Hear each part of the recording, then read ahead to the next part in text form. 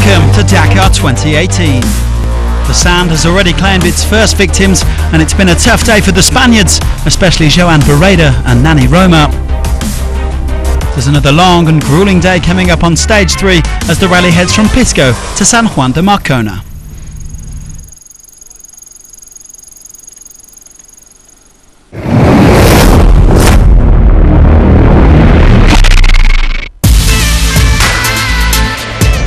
Day 2 on the 2018 Dakar would be a long one. A long day of frustration and despair in the dunes of southern Peru. The thing is that we're in a massive sand slack, very big, magnificent. We just can't get out. We've tried by all sides of the circus, and we just can't get out, and we're far from the top. We're old timers with lots of experience, stuck in this hole. Donc ça nous fait chier, mais on y est.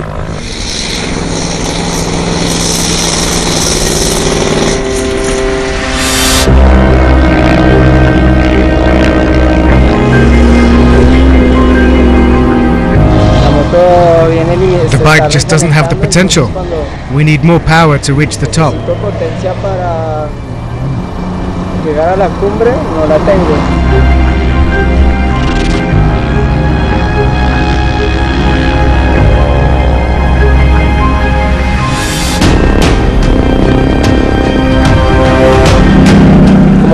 How are we going to manage?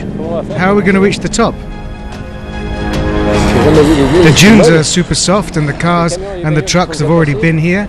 For an amateur rider, it's a bit too much. I tried to apply all I've learned, but it's complicated.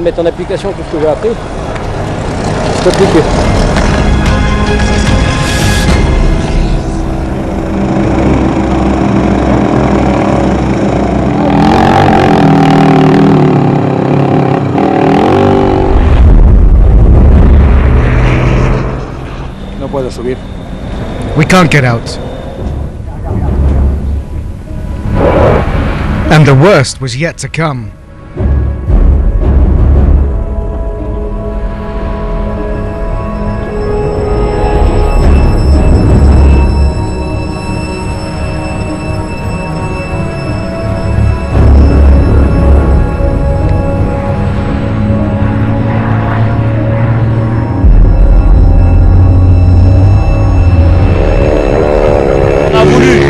We wanted to pick up some pace to try and get out, but on a little dune, we took off and the car rolled down the front. So that's the result, unfortunately. So the race stops here. While it was race over for some, the battle continued for the heavy trucks.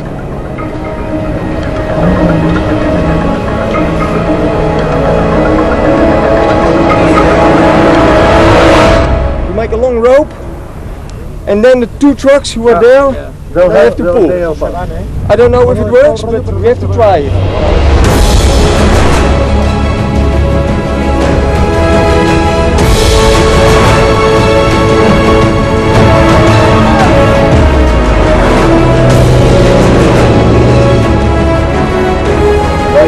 The top is too high for the trucks. It's 10 ton each.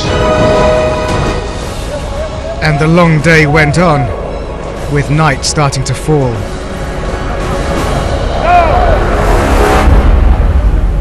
Triste. Sad, we just can't get out. It's a shame. We've been here since 10 this morning, it's now 7 in the evening, and we can't get out.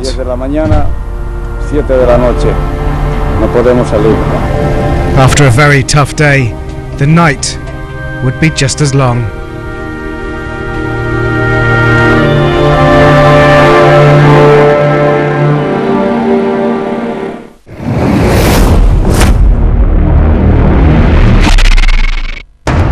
Previously in the bikes, a good day for Honda with 3 riders in the top 5. I felt very good, but we're taking it easy, step by step. All our hard work this year is paying off, it's great. Walkener was 3rd for KTM. It's for almost 15 guys, a good start. Another 2nd place for Van Beveren. I'm having fun and staying safe. But the stage win went to Barreda. It's important to find my rhythm. That's what I tried to do today.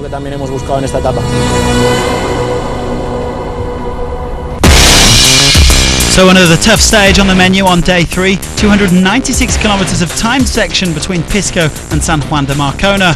Almost 2/3 of the day's action entirely on the sand, with the bikes and quads taking a 15-kilometre detour off the main route midway throughout.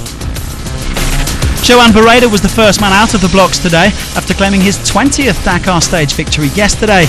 That puts him 6th in the all-time list of bike stage winners. In spite of a strong start, the Spaniard came unstuck in the second part of the day's special, losing his way in the dunes. The Honda man coming in almost half an hour down on the stage winner and relinquishing his overall lead. But I had to come back to the previous waypoint to find my way. So that was 15 kilometres there and 15 back again. That was a lot of ground to cover, and I lost a lot of time. Barreda not the only man to struggle today. Adrian van Beveren also taking a spill. After storming to second place in the first 2 stages, the Frenchman dropped around 13 minutes, slipping to 7th overall.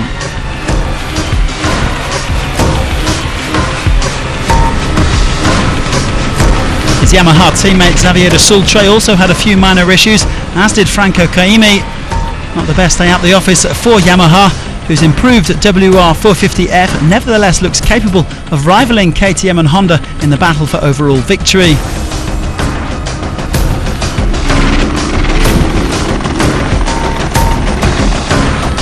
A better morning for Pablo Quintanilla.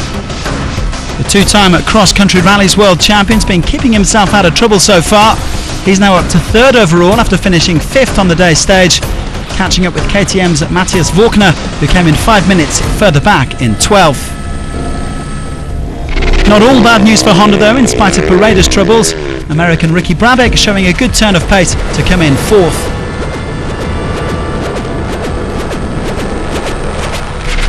2016 champion Toby Price is steadily improving as well. He came 3rd for KTM. It's been a long road back for the Australian after breaking his leg in Bolivia last year, but in spite of nearly 9 months off the bike, he hasn't lost his competitive edge. The pace is definitely here, and we know we can still run at the front, but it's we just got to make sure we look after the bike and look after ourselves. Another day and another solid performance from Kevin Benavides, who's now the highest placed Honda. The Argentine looking on fine form after his victory at the Desafio Ruta 40 in August. He was 2nd on the stage and he goes 2nd overall. I'm happy. I had a crash on one of the dunes, but it was nothing serious. Then I got stuck on another dune and I had to reverse out. But generally, I'm very happy with this stage performance. I think that overall it was a very positive result. But there was no stopping Sam Sunderland, the defending champion, making it 2 stage wins in 3 days for KTM and reclaiming the overall lead. The Englishman is one of the world's top riders over sand. He claimed back-to-back wins in the United Arab Emirates and Qatar at the start of this year's World Championship campaign. All those years living in Dubai certainly paying off. Not all plain sailing, there was a late tumble there, but Sunderland did enough to win by just over 3 minutes from Benavides. Bike number 1 back in the number 1 spot.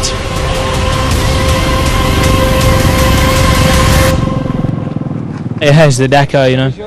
It's like this, you have to try and be consistent every day, and I'm a bit angry at myself for missing that drop there, but 1 drop out of 1,000 is not so bad, you know. KTM and Honda dominating the 3rd stage then, even if it was a bad day for Barreda. Quintanilla 5th, while last year's 3rd place rider Gerard Faris was 6th.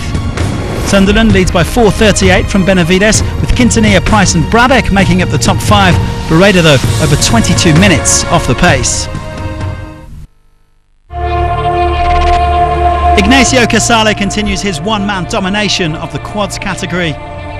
The Chilean is simply in a class of his own so far, and today he made it 3 stage wins in as many days. Casale is clearly determined to add to his 2014 Dakar crown, especially now that he's back up to full fitness.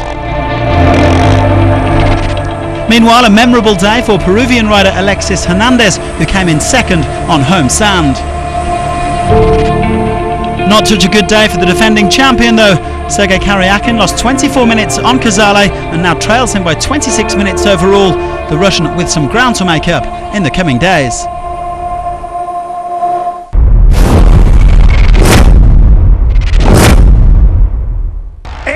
Short, trying to get Boxen, and he does it. Oh my goodness! For so many years I raced, and I almost got burnt out on the same thing, the monotonous racing week in, week out, at the same venues, the same stadiums.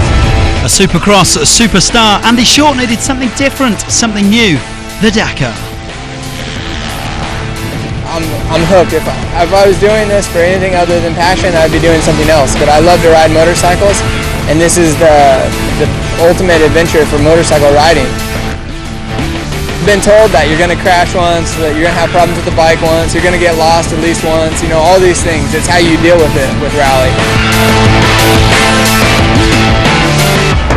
For me, once you're competing, you're in the zone. You know, if you're a surfer and you're on a wave, everything disappears. Same with Supercross. You know, you're in a big, massive stadium with all these people, and as soon as the gate drops and you race, there's nothing else you're focused on except for what's in front of you.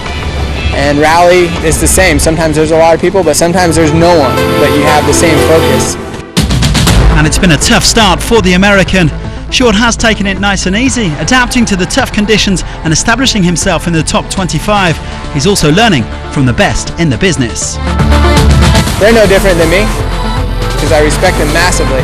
But to look up to them, no, I mean, no, it's not like I'm a little kid and they're Michael Jordan, you know, it's completely different.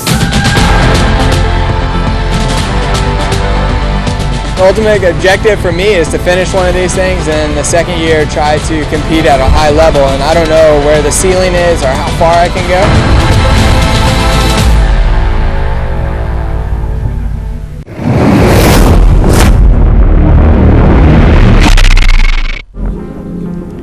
Throughout the Peruvian leg of Dakar 2018, the rally route flirts with the seaboard.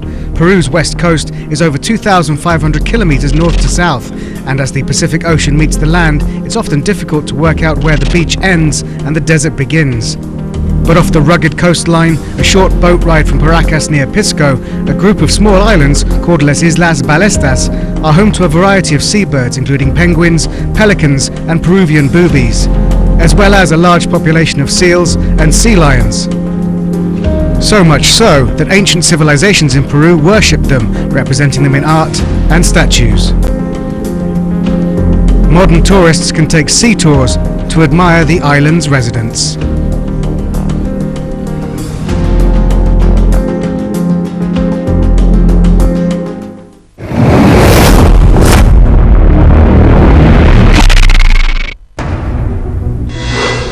Previously in the cars, they were first into the uncharted desert yesterday, and this caused navigational nightmares for many.